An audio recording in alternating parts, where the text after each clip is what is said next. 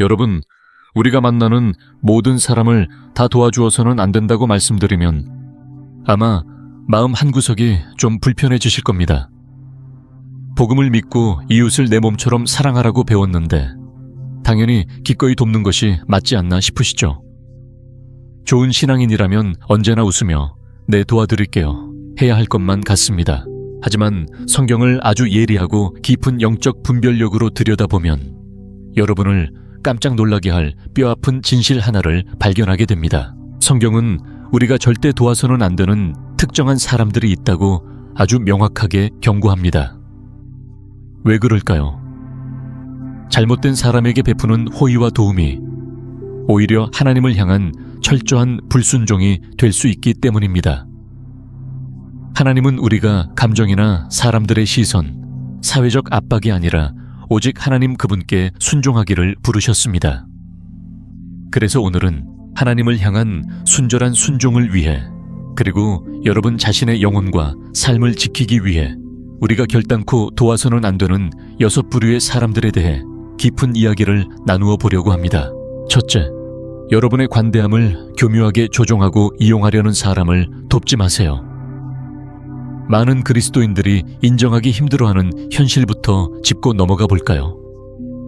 우리는 흔히 크리스천이니까 나에게 손을 내미는 사람이라면 누구에게든 한없이 무조건적으로 퍼주어야 한다고 착각합니다.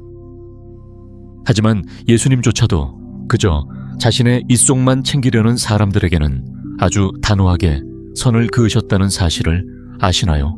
요한복음 6장을 보면 예수님께서 물고기와 보리떡으로 수천 명을 먹이신 놀라운 기적 직후의 장면이 나옵니다. 엄청난 군중이 예수님을 미친 듯이 찾아다니며 몰려듭니다. 그런데 그들의 진짜 속마음을 꿰뚫어 보신 예수님은 26절에서 그들을 아주 매섭게 직면하십니다. 너희가 나를 찾는 것은 표적을 보았기 때문이 아니라 떡을 먹고 배가 불렀기 때문이다. 그들은 예수님이라는 분 자체를 원했던 게 아닙니다. 예수님의 주머니, 그분의 자원, 당장 내 배를 불려줄 공짜 떡과 편안함을 원했던 겁니다. 오늘날 우리 주변에도 정확히 똑같은 방식으로 움직이는 사람들이 있습니다. 그들은 자신의 문제를 진짜 해결하고 삶을 돌이키기 위해 여러분을 찾아오는 게 아닙니다. 그저 자신의 무책임한 삶의 방식을 계속 유지하기 위해 물주가 되어줄 사람을 찾고 있는 것뿐입니다.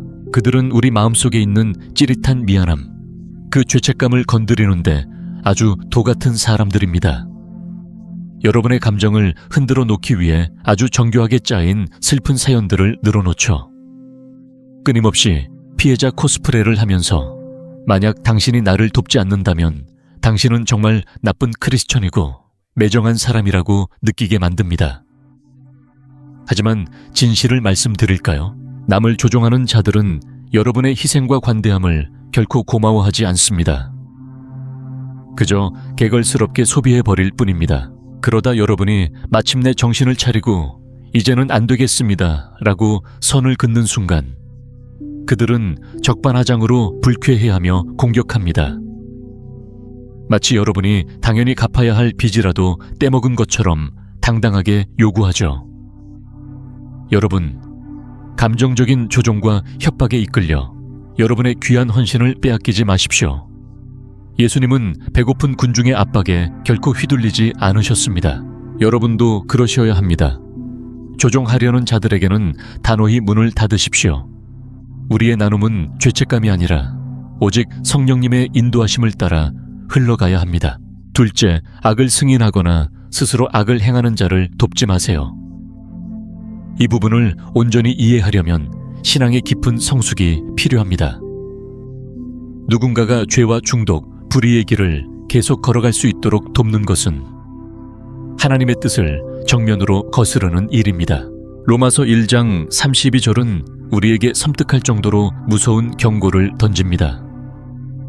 악을 행하는 자들뿐만 아니라 그 일을 옳다고 지지하고 부추기는 자들 역시 똑같이 유죄라고 말씀하십니다.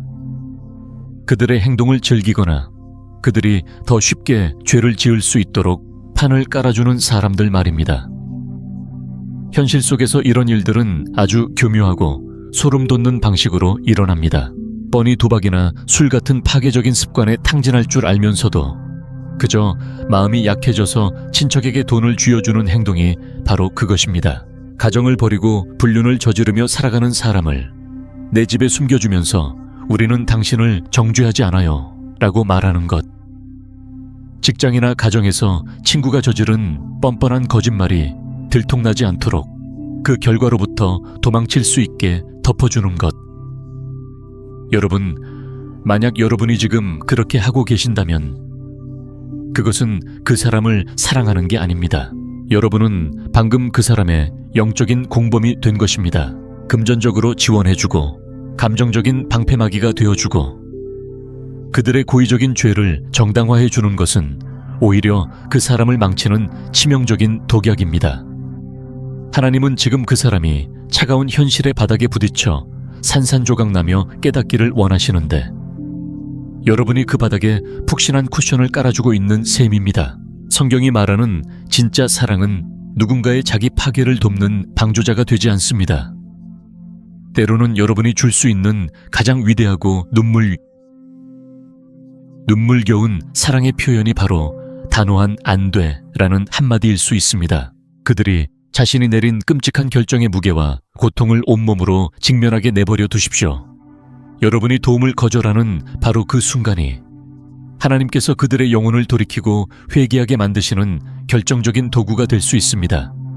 하나님이 미워하시는 죄악을 덮어주거나 자금을 대주느라 여러분의 손을 더럽히지 마십시오. 셋째, 일하기를 거부하는 게으른 자를 돕지 마세요. 이것은 오늘날 수많은 가정과 공동체의 뿌리를 갉아먹는 무서운 질병입니다. 사도 바울은 이 문제를 다룰 때 빙빙 돌려 말하지 않았습니다. 데살로니가 후서 3장 10절에서 그는 절대 타협할 수 없는 철칙을 씁니다. 누구든지 일하기 싫어하거든 먹지도 말게 하라. 여기서 일하기 싫어하거든 이라는 말에 주목해 보십시오. 성경은 지금 몸이 아픈 분들, 연세가 드신 어르신들, 혹은 직장을 잃고 정말 뼈 빠지게 일자리를 찾고 있지만 어려움을 겪는 분들을 말하는 게 아닙니다. 그런 분들은 우리가 두 팔 걷어붙이고 당장 도와야죠. 바울이 꾸짖는 것은 태만함입니다. 충분히 건강하고 힘도 있고 재능도 있으면서 다른 사람의 피땀 흘린 노력에 기생하며 살기를 선택한 사람들을 향한 질책입니다. 이런 사람들은 직장을 구하지 않는 핑계가 수백 가지입니다. 격인 월급이 너무 적어, 내 수준에 안 맞아 하면서 정작 본인은 집안에 틀어박혀 게임이나 하고 있습니다. 그러는 동안 늙고 병든 부모님이나 어깨가 부서져라 일하는 배우자, 혹은 교회의 성도들이 그들의 생활비를 대신 내주고 있죠. 우리의 도움이 그들의 나태함을 부추겨서는 안 됩니다. 일할 능력이 있는데도 빈둥거리는 것을 선택한 사람을 돕는 것은 그 사람의 영혼에서 책임감이라는 척추를 뽑아버리는 것과 같습니다. 노동은 형벌이 아닙니다. 하나님께서 우리에게 존엄성과 삶의 목적을 부여하시기 위해 주신 거룩한 설계입니다. 게으른 사람의 삶을 여러분이 대신 편하게 만들어줄 때 여러분은 그 사람의 존엄성을 훔치고 있는 겁니다. 영원히 자라지 않는 무능한 어른을 길러내고 있는 셈이죠. 그 사람을 진짜 사랑하신다면 지금 당장 지원을 끊으십시오. 어른으로서 짊어져야 할 삶의 무게를 스스로 느끼게 하십시오. 배고픔과 결핍이야말로 게으름이라는 불치병을 고치는 가장 강력하고 확실한 치료제입니다. 기독교적인 자비라는 그럴싸한 변명 뒤에 숨어서 그들의 나태함에 자금을 대주지 마십시오. 넷째, 회개하기를 거부하는 자를 돕지 마세요. 아마 이 부분이 현대인들의 사고방식과 가장 뼈아프게 충돌하는 지점일 겁니다. 하지만 이것은 우리의 영적 생사가 걸린 문제입니다. 마태복음 18장 15절에서 17절을 보면 회개하지 않는 자들을 어떻게 대해야 하는지 예수님께서 직접 남겨주신 공식적인 지침이 나옵니다. 예수님은 누군가 죄를 지었을 때 개인적으로 타이르고 여러 사람이 가서 권면하고 심지어 교회의 이름으로 경고했는데도 끝끝내 듣지 않는다면 그를 이방인이나 세리처럼 여기라고 하셨습니다.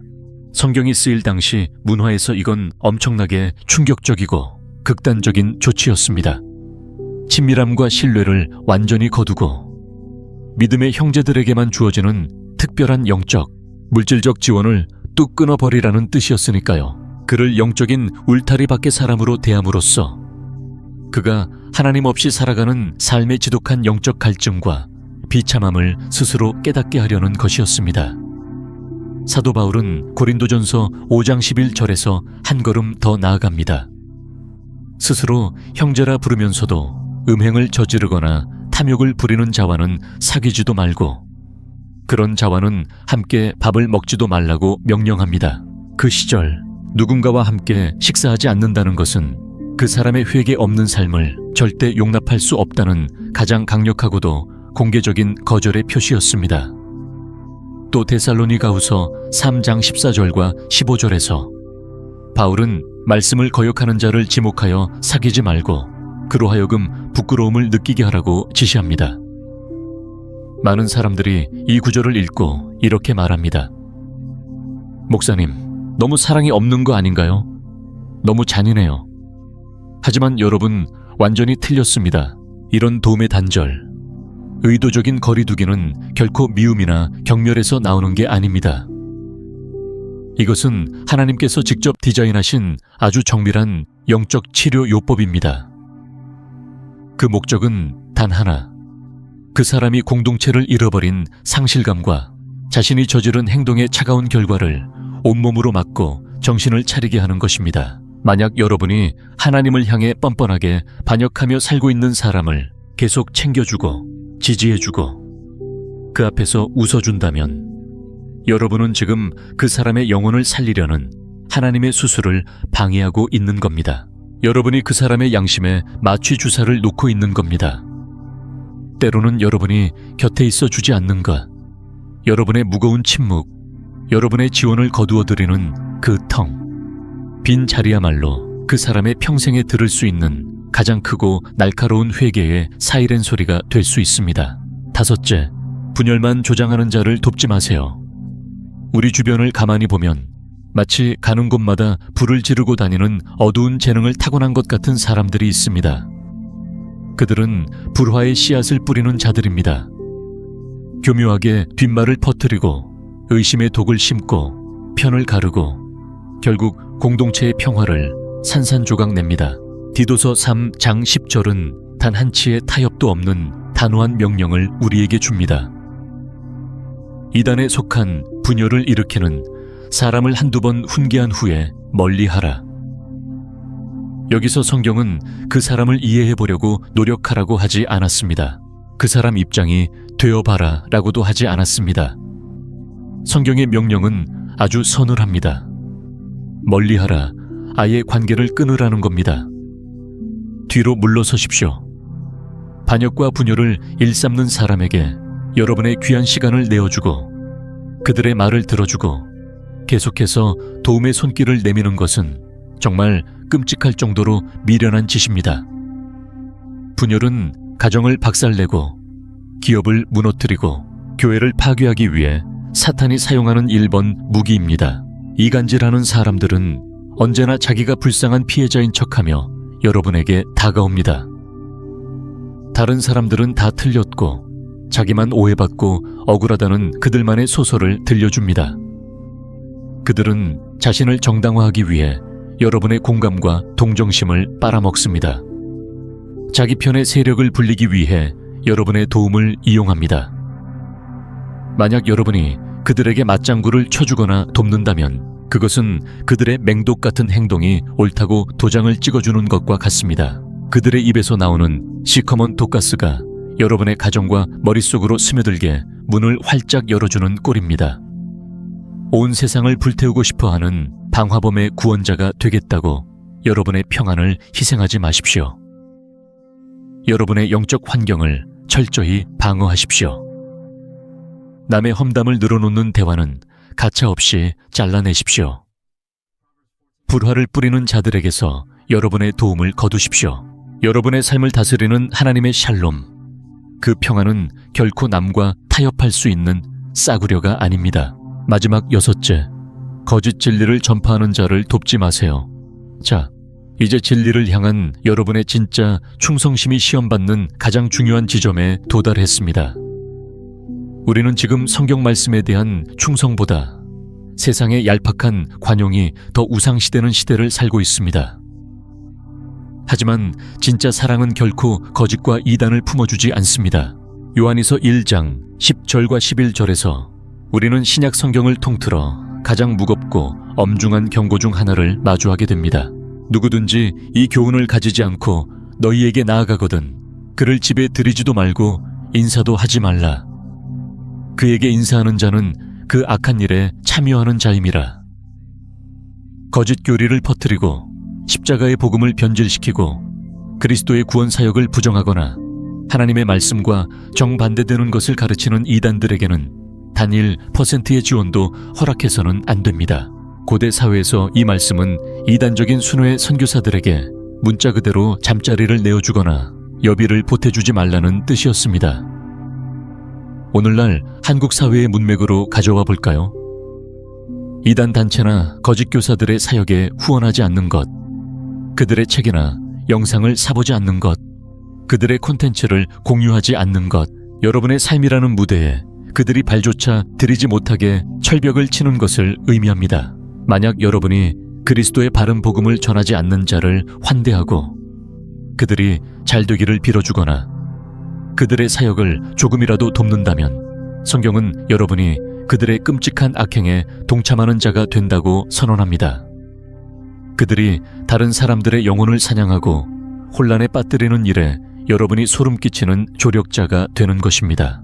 여기서 돕지 않는다는 것은 내 알량한 자존심의 문제가 아닙니다. 이것은 진리를 지켜내기 위한 절대적이고 피 튀기는 충성입니다. 복음의 순수성을 목숨 걸고 지키는 일입니다. 거칠고 무례하게 대할 필요는 없지만 바위처럼 단호해야 합니다. 여러분이 충성하고 헌신해야 할 대상은 오직 예수 그리스도와 그분의 말씀이지 모든 사람의 비위를 맞추며 얻는 얄팍한 마음의 편안함이 아닙니다. 선을 긋는 것을 미안해 하지 마십시오. 죄송하지만 저는 당신을 도와줄 수 없습니다. 라고 말할 줄 아는 것은 그리스도인이 가져야 할 강력하고도 거룩한 미덕입니다. 사람들이 내미는 모든 요구를 다 받아주는 것은 결코 겸손이 아닙니다. 오히려 그것은 내가 그리스도 안에서 어떤 존재인지, 무엇을 지켜야 하는지 모른다는 무지의 증거일 때가 많습니다. 하나님께서 이미 정죄하신 악한 일들에 여러분의 돈과 시간, 에너지를 빌려주는 것은 자비를 베푸는 게 아닙니다. 그것은 영적인 미련함입니다. 여러분의 마음을 지키십시오. 여러분의 자원을 지키십시오. 여러분의 영혼의 평안을 지키십시오. 오늘 이 진리를 온전히 깨닫고 삶에 적용하신다면 여러분을 둘러싼 환경은 놀랍도록 정결해질 것이며 여러분의 생각은 맑아질 것이고 하나님과 동행하는 여러분의 발걸음은 그 어느 때보다 힘있고 강력해질 것입니다. 오늘 이 메시지가 여러분의 삶에 깊은 울림을 주었다면 지금 당장 이 진리의 말씀이 필요한 누군가에게 주저하지 말고 공유해 주십시오. 그리고 믿음과 순종의 결단으로 댓글창에 이렇게 적어보십시오. 오늘 나는 모든 사람을 돕지 않고 오직 하나님께 순종하기로 선택합니다. 우리의 신앙이 껍데기를 벗고 진짜 진리 앞에 서는 그날까지 제 채널 믿음의 민낯을 구독해 주시고 성경이 주는 깊고 날카로운 지혜 속에서 우리 함께 자라가기를 소망합니다. 감사합니다.